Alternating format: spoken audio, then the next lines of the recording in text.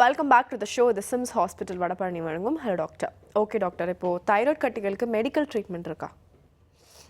இப்போ ஒரு 10-20 வருஷம் முன்னாடி பார்த்தீங்கன்னா தைராய்டு ஹார்மோனே கொடுத்து கட்டியை சுரங்க வைக்கிறதுக்கான முயற்சியெலாம் எடுத்துகிட்டு இருந்தாங்க. அதில் ஒரு சின்ன கட்டினா நம்ம கொடுக்கலாம். ஒரே டிஸ்அட்வான்டேஜ் என்ன அப்படின்னா, அந்த தைராய்டு ஹார்மோன் நம்ம அளவுக்கு அதிகமாக தேவையில்லாமல் நம்ம கொடுக்கறதுனால தைராய்டு ஹார்மோன் எக்ஸஸ்னால் என்னென்ன விளைவுகள் ஏற்படுமோ அதெல்லாம் வந்து இவங்களுக்கும் ஏற்படலாம். கை கால் நடுக்கம், படபடப்பு, முடி கொட்டுறது, ஜென்ரலாக ஒரு ஆங்ஷியஸ் ஸ்டேட்டு இதெல்லாம் ஏற்படலாம். இப்போ வந்து அதோட அந்த ட்ரீட்மெண்ட் எப்போ நிறுத்துகிறோமோ உடனே இந்த கட்டி திரும்ப வந்து வளர்கிறதுக்கான வாய்ப்பு இருக்குது. அதனால் இப்போ இந்த கட்டிக்கு மட்டும் பார்த்திங்கன்னா தைராய்டு ட்ரீட்மெண்ட்டு கொடுக்கறதில்ல. ஓகே. அதே சமயம் அந்த கட்டியே வந்து தானாக அளவுக்கு அதிகமாக தைராய்டு ஹார்மோன் உற்பத்தி பண்ணுதுன்னா அதுக்கு மாத்திரை கொடுத்து கண்ட்ரோல் பண்ணலாம். அது வந்து டாக்ஸிக் நாடுல்னு சொல்கிறது. அதுக்கு மாத்திரை மெடிக்கல் ட்ரீட்மெண்ட் இருக்குது. ஓகே. அதே மாதிரி ரேடியோ அயோடின் தெரப்பி அப்படின்னு இருக்குது. அந்த ரேடியோ அயோடின் அப்படிங்கிறது அந்த தைராய்டில் இருக்கிற அந்த கட்டியில் மட்டும் போய் கான்சன்ட்ரேட் ஆகும். அந்த கட்டியை மட்டும் பாதிக்கும். மற்ற உறுப்புகளில் அதுவும் பாதிப்பு ஜென்ரலாக ஏற்படாது, பொதுவாக ஏற்படாது. இப்போ இது ரெண்டும் எடுபடலை அப்படின்னா கடைசியாக வந்து ஆப்ரேஷன், சர்ஜரி. அந்த எந்த கட்டியிலேருந்து அளவுக்கு அதிகமாக தைராய்டு ஹார்மோன் உற்பத்தி ஆகுது, இல்லை தைராய்டு ஹார்மோன் உற்பத்தி பண்ணாத கட்டி இருக்குது பட் அது வந்து பரவற வாய்ப்பு இருக்குதுன்னு தெரியுது, இல்லை கேன்சர்னே நம்ம கண்டுபிடிச்சிடுறோம். எஃப்என்ஏசியில் ஊசி போட்டு பண்ணும்போது அந்த நுண்ணோக்கியில் மைக்ரோஸ்கோப்பில் தெரிஞ்சிருது இது கேன்சர் செல் மாதிரி இருக்குன்ட்டு. இது மாதிரிலாம் இருக்கும்போது ஆப்ரேஷன் பண்ண வேண்டியது அவசியமாயிடுது. ஓகே. இந்த கட்டியோட அளவு பொறுத்து ஆப்ரேஷன் தைராய்டு கிளாண்ட் எடுப்பாங்க. அதை சுற்றி இருக்கிற லிம்ஃப் நோடு, கழுத்தில் வந்து லிம்ஃப் நோடுன்னு இருக்குது, அதிலெல்லாம் வந்து பரவி இருந்ததுன்னா லிம்ஃப் நோட் டிசெக்ஷன் அப்படின்னு ஒரு ப்ரொசீஜர் இருக்குது. தைராய்டு மட்டும் இல்லாமல் அதை சுற்றி இருக்கிற சில திசுக்களும் சேர்த்து எடுப்பாங்க. ஓகே. ஆமாம். ஆப்ரேஷன் கேன்சர் பொறுத்த வரைக்கும் மெயினான ட்ரீட்மெண்ட்டு. சாதாரண கட்டினா நம்ம வளர்ச்சி விகிதம் வந்து நம்ம வெயிட் பண்ணி கூட பார்த்துட்டு அப்புறம் முடிவு பண்ணிக்கலாம். ஓகே டாக்டர், தொடர்ந்து பேசலாம். நிமிஷம் அடுத்து காலர் லைனில் இருக்காங்க. வணக்கம். Hello doctor. ஹலோ வணக்கம். உங்கள் பேர் எங்கேருந்து கால் பண்ணுறீங்க சார்? தர்மலிங்கபுரம் நாமக்கல். டாக்டர் இருக்காங்க சார், பேசலாம். டாக்டர் வணக்கம். வணக்கம் சார், சொல்லுங்கள் சார். என் சன் வந்து 47 இயர்ஸ் ஓல்டு. தைராய்டு லெஃப்ட் சைடில் கொஞ்சம் ஸ்வெல்லிங் இருந்துச்சு டாக்டர். சரி. அப்புறம் எங்களோட ஃபேமிலி டாக்டர் கன்சல்ட் பண்ணோன்னா ஸ்கேன் பண்ண சொன்னார். சரி. ஸ்கேன் பண்ண போனதும் ஒரு சின்ன நோடல் அப்படின்னு சொல்லி ரிசல்ட் சொன்னாங்க. அதுக்கு பிறகு அவர் என்ன பண்ணாரு, ஆன்காலஜிஸ்ட் குப்சா ஹாஸ்பிட்டல் ரெஃபர் பண்ணாரு. அவர் டாக்டர் பார்த்து ராஜாராம் என்னமோ அவர் பார்த்துட்டு it is not a cancer, it is only thyroid gland அப்படின்னு சொல்லிட்டு தைராய்டு டாக்டர் ரெஃபர் பண்ணாங்க. The patient is sugar with blood pressure. அவர் தைராய்டு ஆப்ரேட் பண்றதுக்கு அவர் சந்தோஷ்குமார் சொல்லி குப்சாமி ஹாஸ்பிட்டலில் ஃப்ரைடே அன்னைக்கு ஆப்ரேட் பண்ணாங்க டாக்டர். சரி. So he was discharged on 6th. சரி. By now T3, T4, TSH, TC, everything is normal. சரி. Then why that gland develops? எதனால கட்டி வந்ததுன்னு கேட்குறீங்களா டாக்டர்? ஆமா. கட்டி உருவானது எதனாலன்னு கேட்குறீங்க? ஆமா சார். கட்சி வந்து நார்மலா இருக்கு, நல்ல ஹேபிட், ஒரு கெட்ட பழக்கம் இல்லை. ஆனா எங்க அம்மாவுக்கு இருந்து தைராய்டு கிளாண்ட், அதே மாதிரி என் பிரதர் டாக்டருக்கு வந்து ஆப்ரேட் பண்ணிருக்கோம். ஒருவேளை ஹெரிடிட்டரியா இருக்குமா அப்படிங்கறது நான் நினைக்கிறேன் டாக்டர். இந்த ஃபேமிலியிலேயே சில பேருக்கு அது மாதிரி உருவாகக்கூடிய வாய்ப்பு இருக்குது. அது வந்து ஜெனட்டிக்காக சில பேருக்கு இருக்கும் வாய்ப்பு. மீதி பேருக்கு இந்த என்விரான்மெண்டல் காய்ட்ரஜன் சொல்கிறது, வெளியில் நம்ம எதிர்கொள்கிற இப்போ சுவாசிக்கிற காற்றுல இருக்கிற கெமிக்கல், சாப்பாட்டில் இருக்கிற சில கெமிக்கல்ஸ், இதெல்லாம் வந்து நம்ம தைராய்டு அட்டாக் பண்ணி கட்டி உருவாகுது. இது வந்து ப்ரெடிக்ட் பண்ண முடியாது. இது வந்து என்விரான்மெண்டல் காய்ட்ரஜன் சொல்கிறது, அதாவது காற்றுலையோ இல்லை நம்ம குடிக்கிற தண்ணியிலையோ இல்லை நம்ம சாப்பிட்ற சாப்பாடு, ஸ்நாக்ஸு, ஃபாஸ்ட் ஃபுட் ஐட்டம், இதில் இருக்கிற ஏதோ ஒரு கெமிக்கல் வந்து அடிக்கடி நம்ம அதை சாப்பிடும்போது இந்த தைராய்டு போய் அட்டாக் பண்ணுது. இதை வந்து நம்ம ப்ரெடிக்ட் பண்ண முடியாது. யாருக்கு வேணாலும் இந்த மாதிரி தைராய்டு கட்டி வர வாய்ப்பு இருக்குது. கட்டி டேஞ்சரஸான கட்டின்னு தெரிஞ்சால் ஆப்ரேஷன் பண்ணிக்கலாம். இல்லை ரொம்ப சின்ன கட்டி, வளர்ச்சி வீதம் கம்மியாக இருக்குன்னா நம்ம வெயிட் பண்ணி பார்க்கலாம். அது காரணம் வந்து கேன்சர் கட்டி இல்லைன்னா வந்து கேன்சர் கட்டி இருக்குன்னா அது காரணம் கண்டுபிடிச்சிடலாம் எதனால் வந்ததுன்னு. சாதாரண கட்டி இருக்குது தைராய்டுக்குன்னா அது காரணம் கண்டுபிடிக்கிறது கொஞ்சம் கஷ்டம். இது மாதிரி காற்றில் இருக்கிறதோ இல்லை தண்ணியில் நம்ம குடிக்கிறதோ இல்லை சாப்பாட்டில் இருக்கிற ஏதோ ஒரு கெமிக்கல் அதில் வேலை செஞ்சு இது மாதிரி கட்டி உருவாகலாம். ஓகே டாக்டர், அடுத்த காலை பார்த்துலாம். வணக்கம். Hello doctor. ஹலோ வணக்கம். உங்கள் பேர் எங்கேருந்து கால் பண்ணுறீங்கம்மா? ஹலோ, என் பேர் மகாலட்சுமி மேடம். எங்கேருந்து கால் பண்ணுறீங்க மகாலட்சுமி? நான் திருச்சியிலேருந்து கூப்பிடுறேன் மேடம். டாக்டர் இருக்காங்கம்மா, பேசலாம். Okay madam. சொல்லுங்கள். சொல்லுங்கம்மா. ஹலோ. ஹலோ டாக்டர், எனக்கு வந்து இப்போ என்னன்னா டாக்டர் தைராய்டு டெஸ்ட் எடுக்க சொல்லியிருந்தாங்க. நான் எடுத்தேன். அதுல T3 வந்து நார்மலா இருக்கு, T4ம் TSHம் கொஞ்சம் T4 ஜாஸ்தியா இருக்கு, TSH கம்மியா இருக்கு அப்படின்னு சொல்லி ரிப்போர்ட் வந்திருக்கு. பட் ஆனா மெடிசன்ஸ் எதுவும் இப்ப தேவையில்ல, உங்களுக்கு 3 months கழிச்சு மெடிசன்ஸ் வேணும்னா திரும்பி ஒரு டெஸ்ட் எடுத்து பார்த்துட்டு போடலாம் அப்படின்னு சொல்றாரு. T4 எவ்வளோ இருக்கு, TSH எவ்வளோ இருக்கு? T3 வந்து 0.41 இருக்கு, T4 வந்து 2.08 இருக்கு, TSH வந்து 0.05 ரொம்ப கம்மியா இருக்கு அப்படின்னு சொன்னாரு. உங்களுக்கு எதுவும் படபடப்பு, கை கால் உதறல்லாம் இருக்கா? இருக்குடா, அது வந்து எப்பயும் இல்ல டாக்டர், பட் எப்பயா சம்டைம்ஸ் கொஞ்சம் வரும் டாக்டர், படபடப்பு, கொஞ்சம் டென்ஷன், இந்த லெஃப்ட் கை கொஞ்சம் வலி வரும். எனக்கு ஏற்கனவே விட்டமின் டி டெஃபிஷியன்சிக்காக நான் ஒரு கோர்ஸ். தொண்டையில வலி இருக்கா? இல்ல டாக்டர், அந்த மாதிரி எல்லாம் இல்ல, தொண்டையில வலி எல்லாம் இல்ல. தொண்டையில கட்டி இருக்கா, எதுவும் வீங்கி இருக்க மாதிரி தெரியுதா?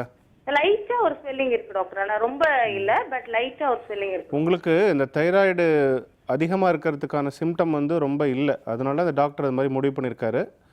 அது சரிதான். அது இப்போ திரும்ப நீங்கள் ஒரு 2 months கழிச்சு திரும்ப தைராய்டு டெஸ்ட் பண்ணிக்கோங்க, பண்ணிவிட்டு ஒரு எண்டோக்ரைனாலஜிஸ்ட் அணுகுங்க நீங்கள். ஓகேம்மா, தேங்க்ஸ் ஃபார் காலிங். அடுத்த கால் பார்த்தேன்னா டாக்டர். வணக்கம். Hello doctor. Hello doctor. வணக்கம், உங்கள் பேர் எங்கேருந்து கால் பண்ணுறீங்கம்மா? மொபைல்ல இருந்து பேசுறேன் மேடம். டாக்டர் இருக்காங்கம்மா, பேசலாம். வணக்கம் டாக்டர். வணக்கம் சார், எனக்கு ஒரு 7 years எனக்கு தைராய்டு இருக்கு. டேப்லெட் எடுத்துட்டு வந்தேன், நான் நார்மல் பாயிண்ட் இருந்தது, இப்போ நார்மல் ஆயிடுச்சு, 50 இருக்கேன் சார். நான் இப்போ வந்து 3 months பார்த்தா ரொம்ப கை கால் எல்லாம் ஒரு கிட்ட அடிக்கிற மாதிரி, அந்த லங்ஸ் இறுக்கி பிடிக்கிற மாதிரி ஒரு இருக்குங்க சார். என்ன வயசு நீங்கள்? 41 சார். வேலை செய்யும்போது அந்த நெஞ்சு இறுக்கி பிடிக்கிற மாதிரி இருக்கா?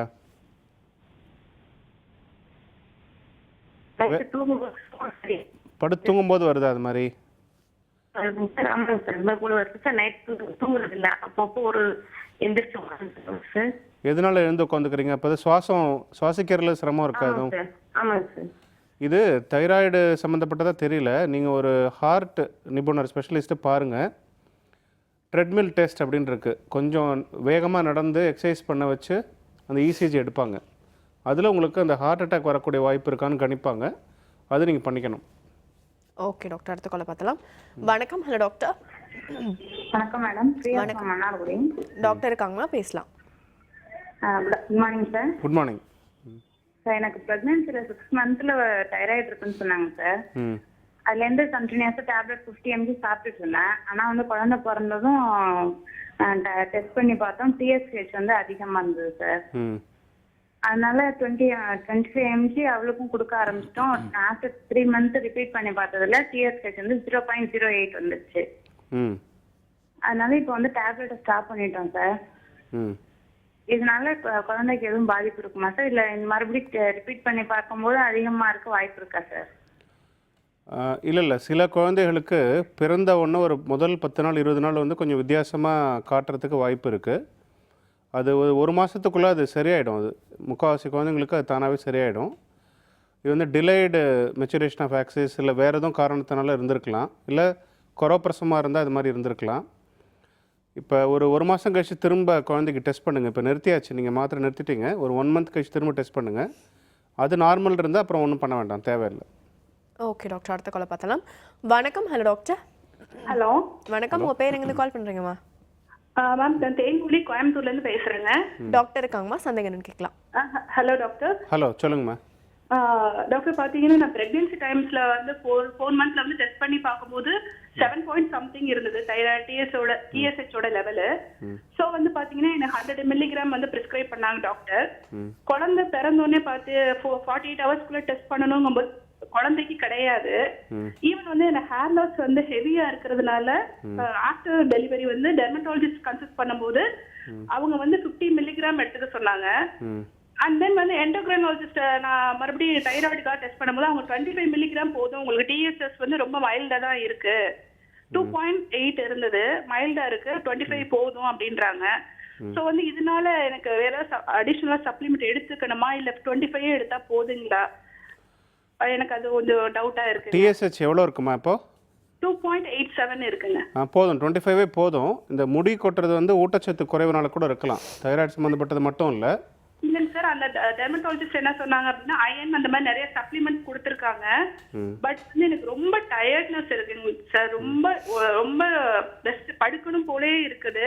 பட் தூக்கம் வரதில்ல. ரொம்ப டயர்டா வேலை செய்யணும்னு நினைச்சா கூட முடிய மாட்டேன். ரொம்ப டயர்டா ஃபீல் பண்றேன். ரொம்ப நார்மலா என்னோட ஏஜ் 29 தான். எனக்கு ரொம்ப டயர்ட்னஸா இருக்குங்க. நைட்டு வந்து உங்களுக்கு தூக்கம் கெட்டு போகுதா ஃபீட் பண்ணுறதுனால? இல்லைங்க, பையனுக்கு 4 இயர்ஸ் ஆயிடுச்சு. 4 இயர்ஸ் ஆயிடுச்சு. அதோட பாத்தீங்கன்னா குழந்தைக்கு நீ ஃபர்தரா நம்ம டெஸ்ட் பண்ணணுங்களா? தேவையில்லை. குழந்தை வளர்ச்சி நல்லா இருக்கு, நல்லா படிக்கிறாரு, மெமரி நல்லா இருக்குன்னா தேவையில்லை, டெஸ்ட் பண்ணணும் அவசியம் இல்லை. இதில் ஏதாவது குறைபாடு இருந்ததுன்னா டெஸ்ட் பண்ணிக்கலாம். ஓகேங்க சார். உங்களுக்கு வந்து தைராய்டு நார்மலாக இருக்குது. இந்த உங்கள் சிம்டம்லாம் தைராய்டு சம்மந்தப்பட்டது இல்லை. விட்டமின் டி லெவல் கொஞ்சம் பாருங்கள். சுகர் ஒரு தடவை பார்த்துக்கோங்க. ஓகே, தேங்க்ஸ் ஃபார் காலிங்மா. ஓகே டாக்டர், இப்போ தைராய்டு கட்டிகளுக்கு வந்து அல்டிமேட்டாக சர்ஜரி பண்ணி almost gland and lymph nodes இதெல்லாம் டிசெக்ட் பண்ணுவீங்கன்னு சொன்னீங்க இல்லையா? ஸோ அதனால் ஏதாவது ப்ராப்ளம் வருமா, சைடு எஃபெக்ட்ஸ் இருக்குமா? அது ரொம்ப ரேர். அது இப்போ ஒரு எக்ஸ்பீரியன்ஸ்டு சர்ஜன் பண்ணும்போது இந்த ப்ராப்ளம்லாம் ரொம்ப வரதில்லை. ஓகே. 1000ல் ஒரு 4 இல்லை 5 பேருக்கு சுற்றி வந்து பேராதைராய்டு அப்படின்னு ஒரு 4 கிளாண்ட் இருக்குது தைராய்டு சுற்றி. தைராய்டு எடுக்கும்போது ஜென்ரலாக 1-2 பேராதைராய்டு வச்சிடுறது அவசியம். ஏன்னா அது வந்து கால்சியம் எலும்பு ஹெல்த்துக்கு வந்து போன் ஹெல்த்துக்கு ரொம்ப அவசியம். அது ஓகே. சில சமயம் வந்து பூரா அந்த ஆப்ரேஷன் பண்ணுற வேகத்தில் அதுவும் சேர்த்து எடுக்க வாய்ப்பு இருக்குது. அப்போ வந்து நம்ம அந்த கால்சியம் சத்து, விட்டமின் டி எல்லாம் நம்ம வெளியிலேருந்து கொடுக்க வேண்டியிருக்கோம். இரண்டாவது, அந்த ரொம்ப பெரிய கட்டியாக இருக்குது அப்படின்னா இந்த வோக்கல் கார்டு, இந்த வாய்ஸ் வருது இல்லையா, அதுக்கான அந்த நரம்பு வந்து உள்ளுக்குள்ள அகப்பட்டிருக்கலாம். ஓகே. அப்போ வந்து அது பாதிப்படைகிறதுக்கு இல்லை ஒரு கட்டாகிறதுக்கு வாய்ப்பு அதிகம் பெரிய கட்டியாக இருக்கும்போது. ஓகே. அப்போ வந்து சில பேருக்கு வந்து ஒரு 1000ல் ஒரு 3 பேர் 4 பேருக்கு வந்து வாய்ஸ் எஃபெக்ட் ஆகலாம் ஆப்ரேஷன் போது. ஓகே. அது ரெண்டும் வாய்ப்பு இருக்குது. இப்போ ஜென்ரலாக ப்ராப்ளம் வந்து இது 2 சம்மந்தப்பட்டது தான். பட் இதெல்லாம் வந்து ரேர், ரொம்ப ரேர். ஆமாம். ஓகே டாக்டர், ஐ திங்க் எனக்கு தைராய்டு கட்டிகள் பற்றி இன்னும் நிறைய விஷயங்கள் பேசணும். ஸோ நிகழ்ச்சியில் பார்ட்டிசிபேட் பண்ணதுக்கு ரொம்ப தேங்க்ஸ் டாக்டர். தேங்க்யூ. ஸோ இதே மாதிரி அடுத்த சிம்ஸ் ஹாஸ்பிட்டல் வடபழனி வழங்கும் ஹெல்த் டாக்டர் நிகழ்ச்சியில் சந்திக்கலாம். அதுவரை நன்றி, வணக்கம்.